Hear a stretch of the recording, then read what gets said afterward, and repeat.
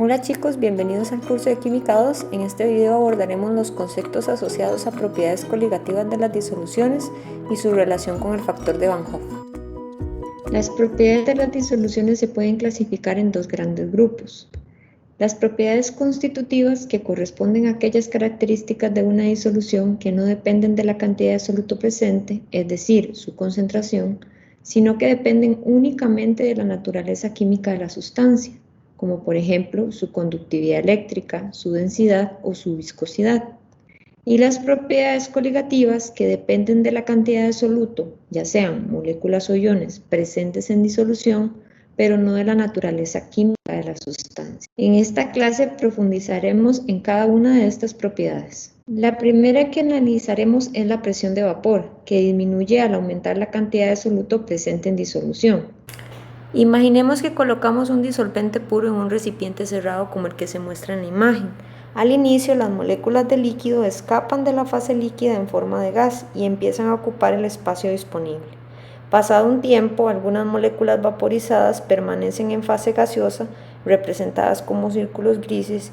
Otras que se encuentran en estado líquido comienzan su vaporización, como se ven los círculos rojos, y otras en estado gaseoso vuelven al estado líquido por condensación, las correspondientes a los círculos azules. Cuando la velocidad de vaporización igual a la velocidad de condensación, el líquido establece un equilibrio dinámico con su vapor, y en este punto es donde se alcanza la presión de vapor del líquido, que es la presión ejercida por las moléculas en fase gaseosa, o sea, el vapor, sobre el líquido, cuando se alcanza el equilibrio.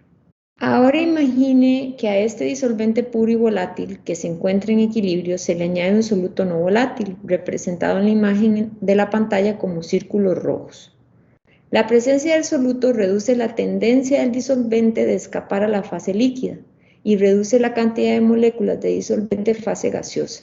Es decir, reduce la cantidad de vapor que ejercerá presión sobre el líquido y por ende disminuirá la presión de vapor de la disolución. Pongamos algunos números. La presión de vapor del agua pura es de 17,5 torr. Cuando se añade una fracción molar de soluto equivalente a 0,2, la fracción molar de disolvente pasa de 1 a 0,8. Si consideramos que la presión de vapor de una disolución es igual a la fracción molar del disolvente por la presión de vapor del disolvente puro, es decir, el agua, la presión de vapor de la disolución es de 14 torr, es decir, pasamos de una presión de vapor de 17 torr a 14 torr solo por la presencia del soluto. Esto implica un cambio en la presión de 3,5 torr. Si la cantidad de soluto añadida fuese mayor, la presión de vapor sería menor a 14 torr. De hecho, si analizamos no la presión de vapor de la disolución de forma individual, sino el cambio en la presión con respecto al disolvente puro, notaríamos que conforme aumenta la concentración de soluto, el cambio en la presión de vapor, es decir, el delta presión, es cada vez mayor. Por ejemplo, en la primera disolución, donde la fracción molar era 0,2, la presión de vapor se vuelve 14. El cambio con respecto al disolvente puro es de 3,5 torr. Si la fracción molar del soluto incrementara, la fracción molar del disolvente disminuiría y por tanto la presión de la disolución sería cada vez más baja, haciendo que el cambio respecto al disolvente puro sea cada vez más alto. Por tanto, se puede decir que al aumentar la cantidad de soluto en disolución, la presión de vapor disminuye, pero el cambio en la presión de vapor aumenta. Analicemos ahora el punto de ebullición, el cual aumenta al aumentar la cantidad de soluto disuelto. En la pantalla se muestra el diagrama de fases de un disolvente puro representado por las curvas negras y de una disolución representado por las líneas celestes. Recordemos que los diagramas de fase nos permiten relacionar presión y temperatura asociados a cambios de estado. Si pensamos que el disolvente es agua, el punto rojo corresponde a la temperatura de ebullición de este disolvente a una atmósfera de presión, es decir, la temperatura en la cual se encuentra en equilibrio la fase gaseosa y líquida, y que equivale a 100 grados centígrados para el caso del agua. Ahora, supongamos que añadimos al agua una porción de soluto no volátil. El punto azul representa la temperatura a la que ebulle dicha disolución a una atmósfera de presión y como vemos es una temperatura mayor a 100 grados centígrados. Este aumento en la temperatura de ebullición se debe a que al aumentar la cantidad de soluto en disolución, la presión de vapor de la disolución disminuye, lo cual hace que se requiera una mayor temperatura para que la presión de vapor iguale a la presión atmosférica y se alcance el punto de ebullición. De la gráfica podemos ver que si aumentamos cada vez más la cantidad de soluto añadido, la temperatura de ebullición incrementará y el cambio en la temperatura de ebullición, que es la diferencia entre la temperatura de ebullición de la disolución que se analiza y la temperatura de ebullición del disolvente puro, también aumentará. En este caso, se puede decir que al aumentar la cantidad de soluto en disolución, el punto de ebullición aumenta y el cambio en el punto de ebullición también lo hace. En cuanto al punto de congelación, se sabe que al aumentar la cantidad de soluto en una disolución, la temperatura de congelación baja. Analicemos el mismo diagrama de fases anterior. En este caso, el punto rojo representa la temperatura de congelación del agua a una atmósfera de presión, que como sabemos equivale a 0 grados Celsius. Si añadimos una porción de soluto al análisis, notamos que el punto azul representa la temperatura de congelación de la disolución formada a una atmósfera de presión. Y es claro para nosotros que dicho valor se encuentra por debajo de la temperatura de congelación del disolvente puro. Es decir, que si añadiésemos más soluto, la temperatura de congelación bajaría aún más, pero el cambio en la temperatura de congelación iría en aumento al aumentar la cantidad de soluto. Se podría decir entonces que al aumentar la cantidad de soluto en disolución, el punto de congelación disminuye, pero el cambio en el punto de congelación aumenta. Una de las aplicaciones más extendidas de esta propiedad coligativa es el uso de anticongelantes en la gasolina que se vende en las zonas del mundo muy heladas como Rusia. Lo que se busca es aumentar el número de partículas disueltas en la gasolina para que la temperatura a la cual congela baje y logre mantenerse líquida aún en condiciones atmosféricas extremas. Por último, analicemos la presión osmótica, que aumenta al aumentar la cantidad de soluto disuelto. Para entender mejor esta propiedad, definamos primero qué significa ósmosis. En la imagen 1 se puede observar que la ósmosis es el flujo neto de disolvente a través de una membrana semipermeable de una disolución más diluida en color celeste a una disolución más concentrada en color amarillo. Si vemos la imagen, el agua fluye de izquierda a derecha. Entonces, la presión osmótica sería la presión que se debe aplicar sobre la disolución amarilla para evitar que el agua ingrese proveniente de la disolución celeste. Evidentemente, cuanto más concentrada sea la disolución, mayor será la presión que hay que aplicar para evitar la ósmosis, y por tanto se dice que la presión osmótica aumenta al aumentar la cantidad de soluto disuelto. El uso del concepto presión osmótica es ampliamente utilizado a nivel celular. Por ejemplo, cuando se estudia la exposición de glóbulos rojos a medios hipertónicos, se sabe que el agua sale de los glóbulos hacia el medio extracelular, lo que produce que las células se arruguen y pierdan tono. Mismo principio se observa cuando pasamos mucho tiempo sumergidos en el agua y las yemas de nuestros dedos se arrugan. En resumen, se puede afirmar que al aumentar la cantidad de soluto en una disolución, la presión de vapor disminuye, pero el cambio en la presión de vapor aumenta, el punto de ebullición y el cambio en el punto de ebullición aumentan, la temperatura de congelación disminuye y el cambio en la temperatura de congelación aumenta, y la presión osmótica aumenta.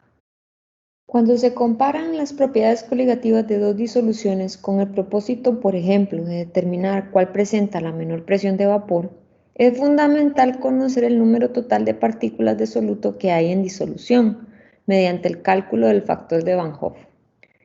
El factor de Van Hoff corresponde a una relación entre el número de partículas presentes en disolución una vez que ocurrió el proceso de disociación, ionización o solvatación, y el número de unidades de fórmula que originalmente fueron disueltas. Repasemos un poco los tipos de soluto y cómo se asigna el factor de Van Hoff.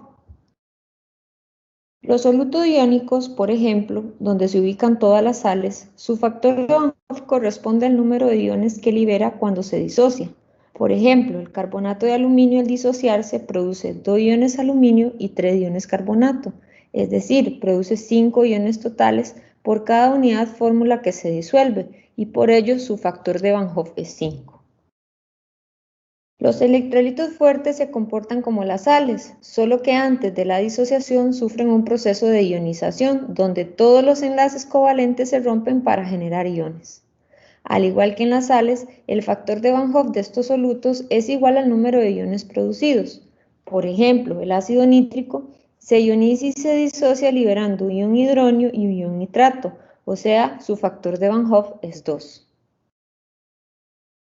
En cuanto a los electrolitos débiles, al no ionizar al 100% como si lo hacen los fuertes, la cantidad de iones producidos es cercana a 1, y al igual que los no electrolitos, su factor de Van Hoff será 1. Aquí entran los ácidos débiles, los azúcares, los alcoholes y los gases diatómicos como el oxígeno y el nitrógeno. Y la gran pregunta sería, ¿qué hago con el factor de Van Hoff una vez que lo he calculado? Pues se utiliza para calcular la concentración molar efectiva de las disoluciones que quiero comparar, de manera que sabiendo esa concentración efectiva, puedo, sin lugar a dudas, elegir, por ejemplo, cuál de las disoluciones presenta el punto de congelación más bajo. Sabemos que la concentración molar efectiva es igual a la concentración molar que reporta el autor de la pregunta por el factor de Van Hoff. Veamos un ejemplo de aplicación. Supongamos que nos dan dos disoluciones, como las que se muestran en la pantalla, y nos piden indicar cuál de esas dos disoluciones tiene la menor presión de vapor. Lo primero es darnos cuenta el significado de presión de vapor. ¿Okay? Tendrá la menor presión de vapor aquella disolución que tenga la mayor cantidad de soluto, es decir, la disolución que esté más concentrada. ¿Okay? ¿Y por qué sabemos eso? Porque la presión de vapor disminuye al aumentar la cantidad de soluto. Entonces nos dan estas dos disoluciones. La primera es una disolución de azúcar, de glucosa, 0,10 molar, y la segunda es una disolución de cloruro de sodio, 0,10 molar. Cuando vemos ambas disoluciones, nuestro primer impulso es decir que tienen las mismas propiedades coligativas, incluida la presión de vapor, porque tienen la misma concentración. Pero resulta ser que esas disoluciones, aunque tengan la misma concentración molar, no son realizadas utilizando el mismo soluto. La glucosa se comporta como un electrolito. Supongamos que nos dan dos disoluciones, una de glucosa 0,10 molar y una de cloruro de sodio 0,10 molar, y nos piden decir cuál de estas dos disoluciones tiene la menor presión de vapor. Sabemos que la disolución que tenga la menor presión de vapor será aquella que tenga la mayor cantidad de soluto, o sea, aquella disolución que esté concentrada. Entonces, cuando vemos estas disoluciones con la misma concentración molar, nuestro primer impulso es decir que tienen la misma presión de vapor y en general que tendrían las mismas propiedades coligativas. Pero ese impulso nos llevaría a una respuesta incorrecta. Lo correcto sería, primero, analizar las disoluciones. Sabemos que están elaboradas con dos solutos distintos y esos solutos se comportan de manera distinta. La glucosa es un no electrolito y el cloruro de sodio es una sal. Entonces, lo primero que habría que hacer es calcular el factor de Van Hoff para estas disoluciones, porque el factor de Van Hoff me va a permitir saber cuántas partículas, ya sean moléculas en el caso de la glucosa y iones en el caso del cloruro de sodio, van a haber disueltos. Entonces, el factor de Van Hoff para la glucosa, así como para todos los no electrolitos y los electrolitos débiles, va a ser igual a 1. Mientras que para el cloruro de sodio, que es una sal que al disociarse produce sodio más cloruro menos, su factor de Van Hoff va a ser igual a 2. Una vez que yo calcule el factor de Van Hoff de ambas, calcularé la masa molar efectiva de ambas disoluciones, porque solo usando la masa molar efectiva yo estoy completamente segura de cuál va a ser la disolución con mayor concentración de soluto.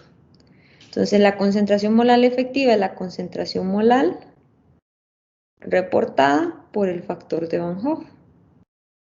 ¿Okay? Y en este caso, estas dos concentraciones, la de la disolución 1 se mantiene, mientras que la de la disolución 2 aumenta. Entonces, de esta manera soy consciente o me doy cuenta que la disolución 2 es la disolución más concentrada.